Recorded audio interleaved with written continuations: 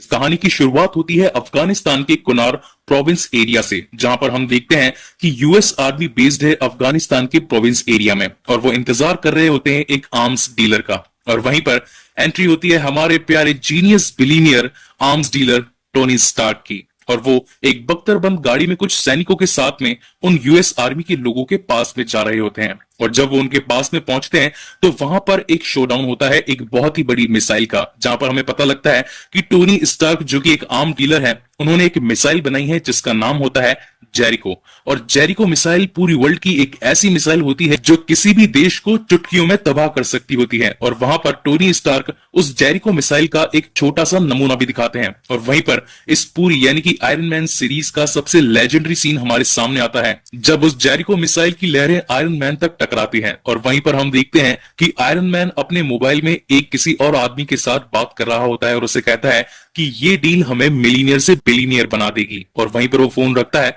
और फिर से डील को कंप्लीट करके अपनी गाड़ी में बैठकर अपने घर की ओर निकल रहा होता है। और तभी हम देखते हैं कि वहां पर कुछ आतंकियों का हमला होता है उनकी गाड़ियों पर, और साथ ही उस तोप से वो कई सारी गाड़ियों को उड़ा देते हैं। वहां पर मौजूद सैनिक टोनी स्टार्क की मदद करते हैं, लेकिन उन सभी पर वो आतंकवादी गोलियां मारकर उन्हें जख्मी कर देते हैं। टोनी स्टार्क अपनी जान बचाने के लिए उस गाड़ी से बाहर निकलते हैं, लेकिन तभी वो देखते हैं कि उन्हीं के पास में उन्हीं की कंपनी यानी कि स्टार्क इंडस्ट्रीज का एक बम आकर गिरता है। उससे बचने के लिए वो वहां से दूर जाने की कोशिश करते हैं, लेकिन वो बम वहीं पर फट जाता है, जिसकी वजह से टोनी स्टार्क काफी बुरी तरीके से घायल हो जाते हैं। अब यहाँ पर कहानी का फ्लैशबैक हमें दिखाया जाता है। कहानी यहां से पहुंचती है आज से 36 घंटे पहले यानी कि 1.5 दिन पहले। वहां हम देखते हैं कि टोनी स्टार्क को नॉमिनेट किया जाता है arms dealer of the year का। जब टोनी स्टार्क छोटे थे तब उनके पिता हॉवर्ड स्टार्क ने अपने एक फ्रेंड जिसका नाम होता है ओबेडाया स्टेन, उसके साथ में मिलकर स्टार्क इंडस्ट्रीज की नींव रखी थी, जहां पर वो आर्म्स डीलिंग और बहुत ही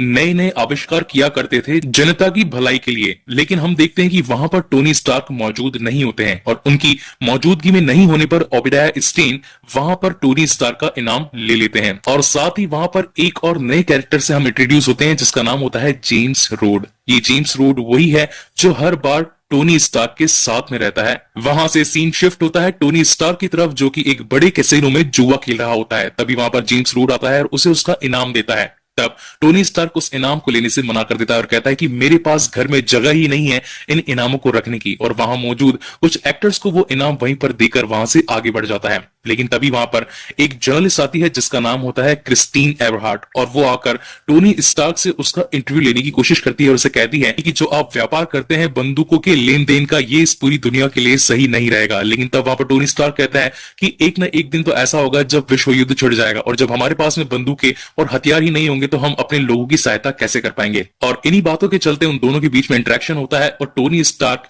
क्रिस्टीन को अपने घर ले जाता है, जो कि होता है मालिबू कैलिफोर्निया में। वहां पर दोनों एक रात बिताते हैं, और जब टोनी स्टार्क की नींद खुलती है तब वहां पर उसकी पर्सनल असिस्टेंट जिसका नाम होता है पेपर पॉट्स वहां पर आती है और टोनी स्टार्क को बताती है कि सर आज आपकी बहुत ही बड़ी डील है अफगानिस्तान में, साथ ही आपका पर्सनल प्राइवेट जेट भी आपका इंतजार कर रहा है, तो मैं चाहती हूँ कि आप जल्दी से तैयार हो जाइए और फटाफट से अपनी अफगानिस्तान की डील के लिए रेडी हो जाइए। और उसके बाद में टोनी स्टार्क अपनी फेमस ऑडी R8 के अंदर बैठकर अपने प्राइवेट जेट की ओर निकलता है। और गाइस बिलीव मी, जब मैं 8th क्लास में था 2008 के अंदर जब ये मूवी आई थी, तब मैंने फर्स्ट टाइम ऑडी R8 को देखा था, और मैं तब से इस कार का फैन हूं। ये मेरी ड्रीम कार है। जोक्स अपार्ट, चलिए वापस आते हैं अपनी स्टोरी की तरफ। जब टोनी स्टार्क अपने प्राइवेट प्लेन के पास पहुंचता है तो वहां उसका स्वागत उसका खास फ्रेंड जेम्स रोड करता है, और दोनों वहां से अफगानिस्तान की डीलिंग के लिए निकल जाते हैं। और वहीं पर सीन शिफ्ट होता है प्रेजेंट टाइम में, और अब हम देखते हैं कि टोनी स्टार्क काफी बुरी तरीके से घायल है, और साथ ही उसके सीने से कुछ तार जुड़े हुए हैं जो कि एक बैटरी से लगे हुए हैं, और साथ ही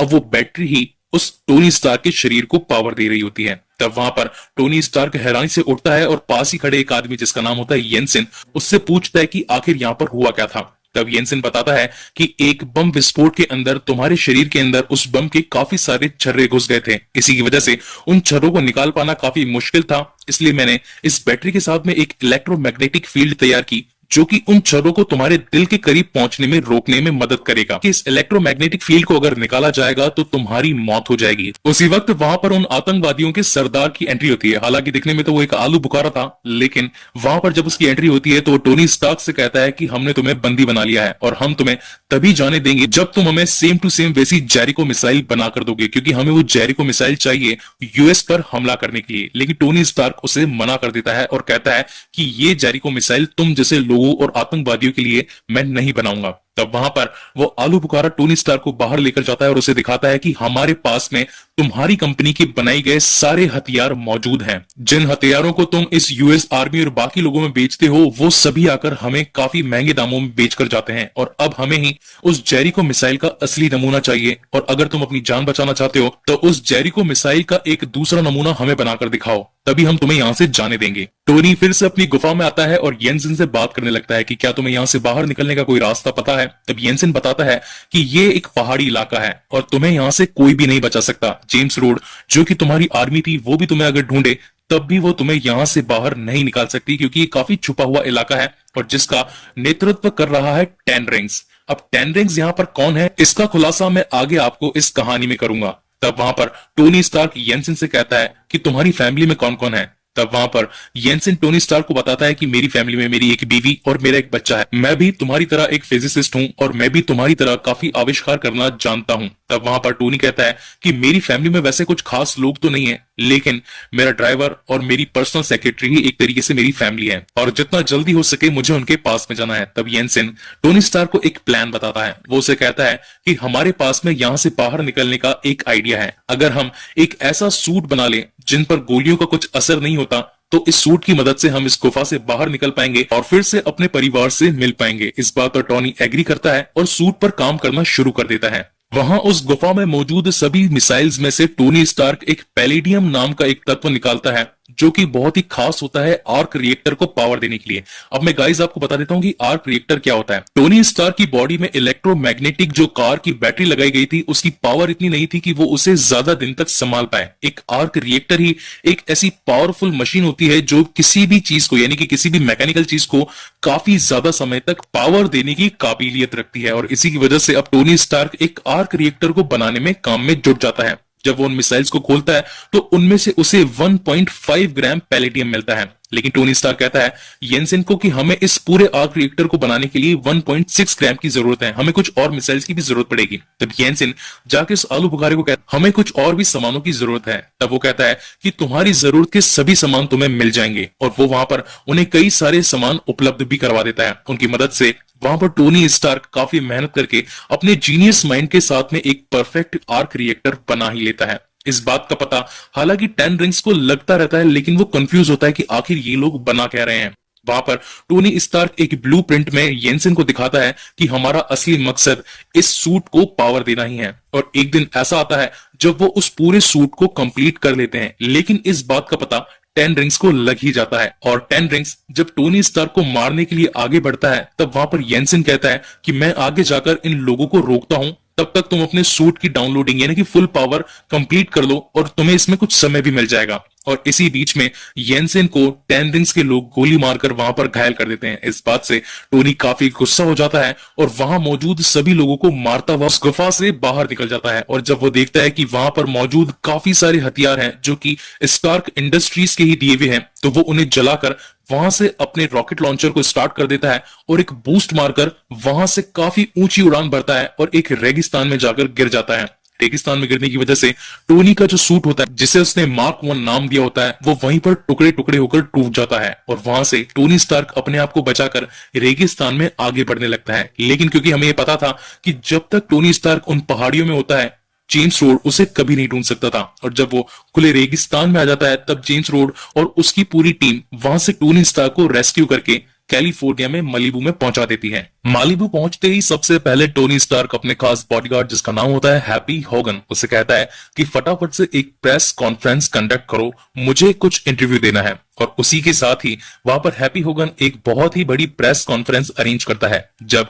टोनी वहां पर पहुंचता है तो उसके पापा के जो खास दोस्त होते हैं जिनका नाम होता है ओबिडाई स्टैन, वो भी वहां पर टोनी स्टार्क का स्वागत करते हैं। जब टोनी अंदर जाकर प्रेस कॉन्फ्रेंस के सामने आता है तब वहां पर सभी लोग टोनी से काफी सारे सवाल पूछने के लिए रेडी रहते हैं और उससे ये पूछने की कोशिश करते हैं कि आखिर अफगानिस्तान में आपके साथ हुआ क्या और आप वहां से बचकर कैसे निकले। लेकिन वहां पर इस कहानी का बहुत ही हार्ट टचिंग सीन हमें दिखाई पड़ता है। वहां पर टोनी सभी से कहता है कि मैं भी नीचे बैठ रहा हूं और आप सभी भी नीचे बैठ जाइए। ये इंटरव्यू जो है यानी कि जो कॉन्फ्रेंस है मैं इस तरीके से ही बैठकर देना चाहता हूं। तब वहां पर टोनी कहता है कि मेरी ही इंडस्ट्री जो कि आर्म्स डीलिंग करती है, बड़े बड़े हथियार बनाती है, वहां पर कुछ आतंकवादियों ने मुझे पकड़ लिया था और साथ ही मेरे ही बनाए गए हथियारों से मुझ पर हमला भी किया था और अब मैं आप सभी के सामने एक बहुत ही बड़ा खुलासा करना चाहता हूं। वहां पर टोनी स्टार्क पूरी प्रेस कॉन्फ्रेंस को यह बताता है कि अब मैं अपनी इंडस्ट्री में जो भी आर्म्स डीलिंग का काम होता है उसे बंद करने वाला हूं। यानी कि अब जो मैं हथियार बनाया करता था अब वो सारे हथियार बनाना बंद कर रहा हूं। उस बात को संभालने के लिए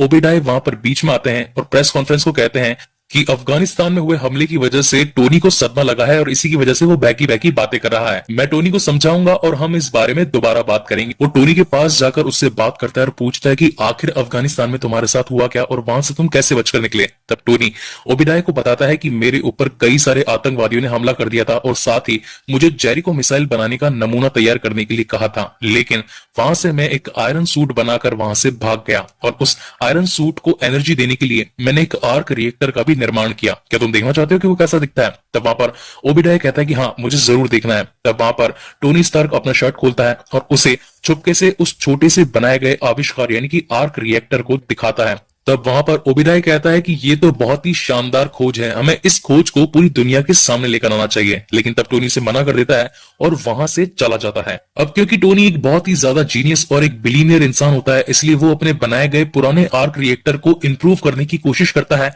और एक नया आर्क रिएक्टर बना ही देता है और उसे अपनी बॉडी में फिट करने के लिए पेपर पोट्स को बुलाता है और वो पेपर बॉट से कहता है कि तुम्हें बस कुछ भी नहीं करना, इस पुराने आर्क रिएक्टर को निकालना है और जो मैंने नया आर्क रिएक्टर बनाया है इसे मेरी बॉडी के अंदर फिट कर देना है। तब वहां पर पेपर पॉट्स कहती है कि आखिर ये चीज है क्या। तब वहां पर टोनी पॉट्स को बताता है कि मेरी बॉडी के अंदर कुछ ऐसे लोहे के छर्रे घुस गए हैं जो कि मेरे दिल के करीब तक पहुंचने वाले हैं, लेकिन ये आर्क रिएक्टर उन्हें पहुंचने से रोकता है और साथ ही मुझे अपनी बॉडी के अंदर न्यू पावर भी जनरेट करके देता है। वहीं पर सीन चेंज होता है और हमें दिखाया जाता है कि ट्रेन रिंग्स को उस रेगिस्तान के अंदर टूटा हुआ मार्क 1 मिल जाता है और वो उसके टूटे हुए सभी पुर्जों को जोड़कर फिर से कुछ नया बनाने की कोशिश करते हैं। और वहीं हम देखते हैं कि टोनी स्टार्क अपने घर के बेसमेंट में एक और नए सूट पर काम शुरू कर देता है जिसका वो नाम देता है मार्क 2। सबसे पहले तो टोनी स्टार्क अपने जूतों पर काम करता है ताकि वो अच्छी तरीके से उड़ पाए। वो ऐसे सिलेंड्रिकल रॉकेट्स का इस्तेमाल करता है जो कि इंसान को पूरी तरीके से हवा में उड़ाने के लिए सक्षम थे।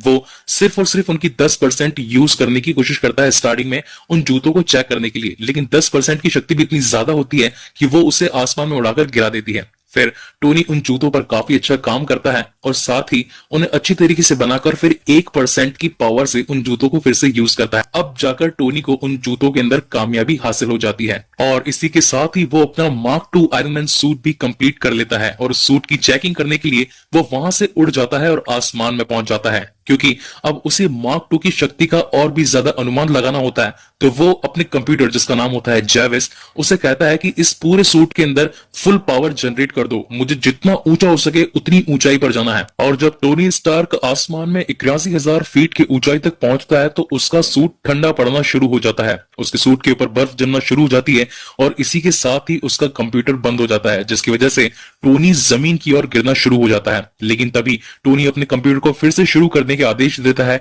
और थोड़ी ही देर में जेविस फिर से स्टार्ट हो जाता है और आयरन मैन यानी कि जो मार्क 2 सूट होता है उसके अंदर से फिर से इलेक्ट्रिसिटी जनरेट हो जाती है और वहां से टोनी अपनी जान बचाकर फिर से अपने घर में आ जाता है। जब वो अपने घर में आता है तब उसे पता चलता है कि जो पहला आर्क रिएक्टर जिसे पेपर पॉट्स ने अपने हाथों से निकाला था, अब पेपर पॉट्स उसे ठीक से डेकोरेट करके उस पर लिखकर iron man has a heart एक गिफ्ट बनाकर आयरन मैन की टेबल पर रख देती है। और जब टोनी आता है और टेबल पर उस आर्क रिएक्टर को देखता है तो उसे देखकर उसे काफी खुशी होती है। अब टोनी को ये पता चल गया होता है कि ज्यादा ऊंचाई पर जब बर्फ जम जाती है तो ये सूट काम करना बंद कर देता है। इसका मतलब ये है कि मुझे इसकी मेटेलिक डिजाइन को चेंज करना पड़ेगा। तभी वो उसके अंदर टाइटेनियम और गोल्ड की धातु का यूज करता है ताकि वो उसकी पूरी मेटेलिक डिजाइन को चेंज कर सके और जब ये सूट ज्यादा ऊंचाई पर भी जाए तभी भी इसके अंदर बर्फ ना जमे। वहीं टीवी पर एक न्यूज आ रही होती है, ओबेडाया स्टेन ने अपनी एक बहुत ही शानदार पार्टी कैलिफोर्निया में दी है और वहां पर टोनी स्टार्क को आमंत्रित यानी कि इनवाइट नहीं किया गया है। जब टोनी को इस बात का पता चलता है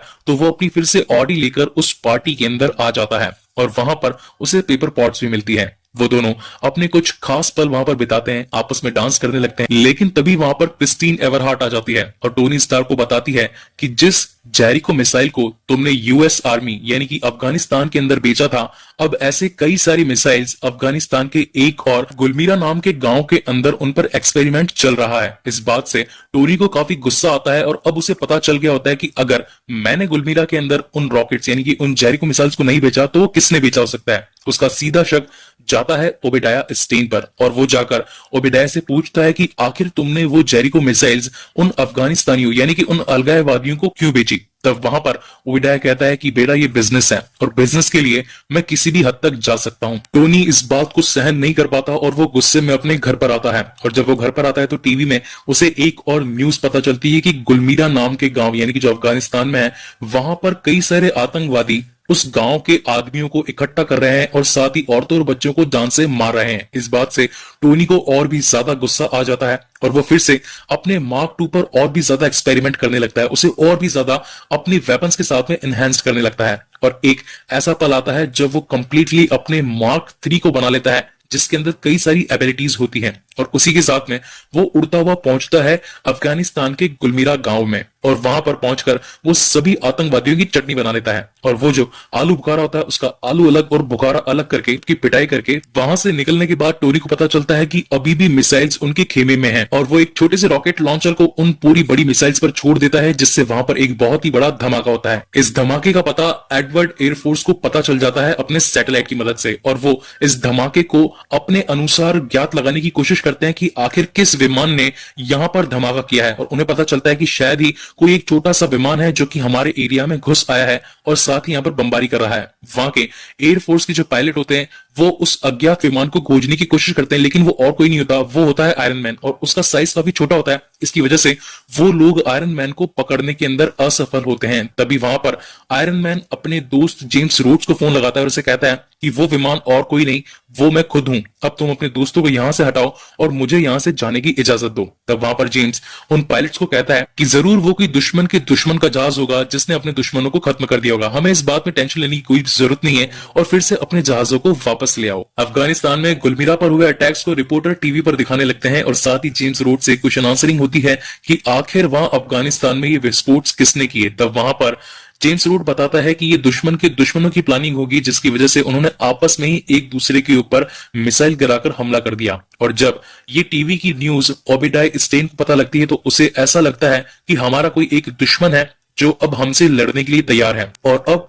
वो जाकर मिलता है टेन रिंग से और उसे कहता है कि आखिर वो कौन था यहाँ पर तबाही मचाई। तब वहां पर टेन रिंग्स ओबेडाया को कहता है कि वो टोनी स्टार्क ही था, उसके पास में एक आयरन मैन सूट है जिसकी मदद से यहाँ पर उसने तबाही मचाई और अब वो तुम्हें भी मारने वाला है और अब अगर तुम उससे अपनी जान बचाना चाहते हो तो मेरे पास में उसका एक सोल्यूशन है। जो उसने पहला मार्क 1 सूट बनाया था उसके कई सारे टुकड़े अब मुझे मिल गए हैं, अगर तुम मुझे मोटी रकम दो तो मैं इस सूट का डिजाइन तुम्हें दे सकता हूं ताकि तुम आयरन मैन से अपनी जान को बचा पाओ। लेकिन वहां पर ओबेडाया यानी कि टकलू मास्टर धोखा दे देता है टेन रिंग्स को और वहां से उस पूरे मार्क 1 सूट को चुराकर भाग जाता है। वहीं दूसरी तरफ अब टोनी स्टार्क को पता चल चुका होता है कि इन सभी आतंकवादी गतिविधियों के पीछे ओबेडाया स्टेन का हाथ होता है और वो पेपर पॉट से आके कहता है कि क्या तुम मेरी मदद कर सकती हो। ओबेडाया के पास में जाकर उसके कंप्यूटर्स में से कुछ इंफॉर्मेटिव चीजों को निकाल कर, क्योंकि अब अगर उसके पास में इस कंपनी की सारी इंफॉर्मेशन रही तो वो इन सभी जानकारियों को आतंकवादियों में बेचकर एक मोटा मुनाफा कमाने के लिए उस पूरी दुनिया को खतरे में डाल सकता है। तब वहां पर पेपर पॉट्स टोनी की बात मानती है और पहुंच जाती है ओबेडाया स्टेन के ऑफिस में। जब वहां पर कोई भी नहीं होता तो वो उसके कंप्यूटर को स्टार्ट करके एक पेन ड्राइव उसमें लगा देती है और सारी इंफॉर्मेशन उसके अंदर जमा करना शुरू कर देती है। तभी उसे एक फाइल वहां पर और मिलती है जिसके अंदर उसे ये पता चलता है कि ओबेडाया स्टेन ने ही उन आतंकवादियों के आदेश दिया था कि वो टोनी स्टार को उसके रास्ते से हटा दे। वो ये सारी इंफॉर्मेशन वहां से लेकर निकल ही रही होती है, तभी वहां पर ओबेडाया यानी कि हमारे टकलू मास्टर आ जाते हैं और वो उस पर नजर रखना शुरू कर देते हैं। लेकिन बातों ही बातों में वहां से पेपर पॉट्स उसे उलझाकर निकल जाती है और जब टकलू मास्टर अपना कंप्यूटर चेक करता है तो उसे पता चल जाता है कि वहां से पेपर पॉट्स उसके कंप्यूटर में से सारी इंपॉर्टेंट जानकारियां लेकर जा चुकी है। और तब हम वहां पर एक और नए कैरेक्टर से इंट्रोड्यूस होते हैं जिसका नाम होता है फील कॉल्सन। फील कॉल्सन एक तरीके से शील्ड का ही एक एजेंट होता है। जब पेपर पॉट्स वहां से निकल रही होती है तब वहां पर फील कॉल्सन आकर पेपर पॉट से कहता है कि हमें आयरन मैन यानी कि टोनी स्टार्क का एक इंटरव्यू अपॉइंट करना है, तो क्या आप हमें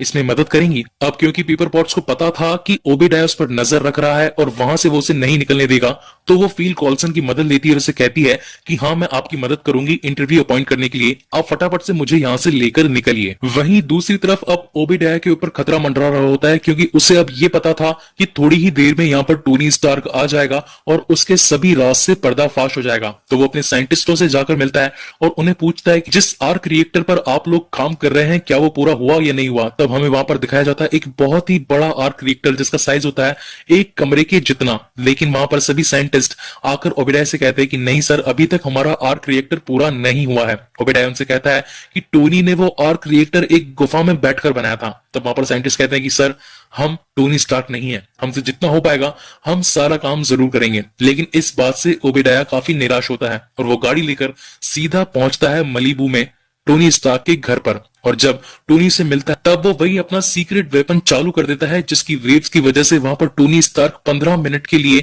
अपना सुध-बुध खो बैठता है और उसी की मदद लेकर वहां पर ओबेडाया उसके सीने से वो आर्क रिएक्टर निकालकर वहां से भाग जाता है। अब क्योंकि टोनी स्टार्क के सीने के अंदर आर्क रिएक्टर नहीं होता तो वो धीरे धीरे मरने लगता है, लेकिन जब उसे याद आता है कि पेपर पॉट्स ने उसे गिफ्ट रैप के अंदर एक और उसका पुराना आर्क रिएक्टर दिया होता है तो वो उसकी मदद से फिर से अपनी बॉडी को रीजनरेट कर लेता है और ओबेडाया को मारने के लिए वहां से निकल जाता है। अब क्योंकि ओबेडाया के पास में उस मार्क 1 सूट का पूरा डिजाइन होता है तो वो उस सूट के डिजाइन की मदद से एक और बड़ा आयरन मैन सूट बना देता है जिसको वो नाम देता है आयरन मॉन्गर। और वो साइज में काफी बड़ा होता है और उसमें सिर्फ और सिर्फ जरूरत होती है उस बिजली की यानी कि आर्क रिएक्टर की। और जब ओबेडाया उस आर्क रिएक्टर को उस आयरन मॉन्गर में डालता है तो वो पूरी तरीके से शुरू हो जाता है और उसमें सारी ताकतें आ जाती हैं। जब आयरन मैन वहां पर आयरन मॉन्गर को रोकने के लिए पहुंचता है तो उन दोनों के बीच में एक बहुत ही घमासान और एक कूल फाइट हमें देखने को मिलती है। वो दोनों आपस में एक दूसरे के ऊपर काफी वार करते हैं और एक दूसरे को काफी उठा पटक करते रहते हैं और साथ ही उनकी उठा पटक वहां पर रोड पर भी आ जाती है। वहां के सभी लोग उन दोनों को लड़ते हुए देख लेते हैं कि कुछ लोग हैं जो कि सूट के अंदर आपस में एक दूसरे से लड़ रहे होते हैं। लड़ते लड़ते टोनी को ये पता चल चुका होता है कि आयरन मॉन्गर के अंदर काफी ज्यादा शक्ति है और वो उसे नॉर्मली लड़ने से नहीं हरा पाएगा, उसे कुछ और तरकीब लगानी पड़ेगी। तभी उसे याद आता है कि आसमान की ऊंचाइयों में जब ठंड बढ़ जाती है तो सूट काम नहीं करता और वो आयरन मॉन्गर अपना पीछा करने के लिए ललकारता है और आयरन मैन ऊपर हवा में उड़ने लगता है। जब वहां पर आयरन मॉन्गर भी उसका पीछा करने के लिए आसमान में उसकी तरफ आगे बढ़ने लगता है तब वहां पर वो लोग पहुंच जाते हैं 91,000 फीट की ऊंचाई पर। और सेम आयरन मॉन्गर के साथ में भी वैसा होता है, उसके सूट पर बर्फ जमना शुरू हो जाती है और वो भी नाकाम होकर जमीन पर गिरने लगता है। लेकिन थोड़ी ही देर में आयरन मॉन्गर फिर से स्टार्ट हो जाता है और वो अपने आप को बैलेंस करके आयरन मैन पर एक बहुत ही जोर का वार करता है जिससे वो दोनों ही आपस में गिरते हैं उसी आर्क रिएक्टर वाली लैब की छत पर। तभी टोनी पेपर पॉट्स को कॉल करता है और उसे कहता है कि इस लैब के आर्क रिएक्टर को फुल पावर के साथ में ऑन कर दो जिसकी वजह से मैं तो वहां से भाग जाऊंगा और इसका पूरा असर ओबेडाया की इस आयरन मॉन्गर पर पड़ जाएगा। ये बात सुनकर पेपर पॉट्स वहां से उस आर्क रिएक्टर को शुरू करने के लिए भागती है और उसे फुल पावर में स्टार्ट कर देती है जिसकी वजह से उसके अंदर से काफी बड़ी वेव्स निकलती है, वो उस दूसरे आर्क रिएक्टर की पकड़ में आ जाती है जिसकी वजह से आयरन मॉन्गर वहां पर मर जाता है और इसी के साथ ये लड़ाई यहीं पर खत्म होती है। अगले दिन सुबह हम देखते हैं कि एक प्रेस कॉन्फ्रेंस में आयरन मैन को बुलाया जाता है ये सवाल पूछने के लिए कि आखिर कल जो लड़ाई चल रही थी, जो सूट पहनकर वो लोग लड़ रहे थे, क्या वो आप ही हो या नहीं। तब वहां पर शील्ड का वही एजेंट यानी कि फिल कॉल्सन आकर कुछ स्क्रिप्ट देता है टोनी स्टार्क को और कहता है कि आपको जो हमने स्क्रिप्ट दी है आपको सिर्फ और सिर्फ वही बोलना है। आपको बोलना है कि ओबेडाया एक हवाई हादसे में मारे गए और साथ ही वो जो सूट था उसके अंदर आपका बॉडीगार्ड था जो एक दूसरे बॉडीगार्ड से लड़ रहा था। वहां से वो सभी स्क्रिप्ट उठाकर टोनी स्टार्क उन सभी प्रेस कॉन्फ्रेंस के बीच में आता है और जब एक एक करके लोग उससे क्वेश्चन पूछना चालू करते हैं तो वहां पर टोनी स्टार्क थोड़ा सा हेजिटेट होता है। तब वहां पर जेम्स रोड भी खड़ा होता है और वो टोनी को कहता है कि ज्यादा हेजिटेट होने की जरूरत नहीं है, जो भी है इन्हें सच बता दो। और इसी के साथ ही हमें वहां पर इस कहानी का सबसे लेजेंडरी सीन देखने को मिलता है जहां पर टोनी स्टार्क अपनी आइडेंटिटी सभी के सामने रिवील कर देता है और बताता है आई एम आयरन मैन। और इसी के साथ ये मूवी यहीं पर खत्म होती है। इस मूवी के पोस्ट क्रेडिट सीन में हमें ये दिखाया जाता है कि निक फ्यूरी टोनी स्टार्क के घर पर आते हैं और वो अपने आप को शील्ड का डायरेक्टर बताते हैं और वो टोनी से कहते हैं कि मैं तुम्हें एवेंजर इनिशिएटिव के लिए अपॉइंट करने के लिए यहां पर आया हूं। और इसी के साथ ये मूवी कंप्लीटली यहां पर खत्म होती है। गाइस, आपको ये कहानी कैसी लगी प्लीज मुझे लाइक और कमेंट करके जरूर बताएं। इसके बाद में मैं इस एमसीयू सीरीज का सेकंड पार्ट यानी कि द इनक्रेडिबल हल्क लेकर आपके सामने जल्दी ही लौटूंगा। और अगर आपको मेरे वीडियोस अच्छे लगते हो तो प्लीज मेरे चैनल को सब्सक्राइब जरूर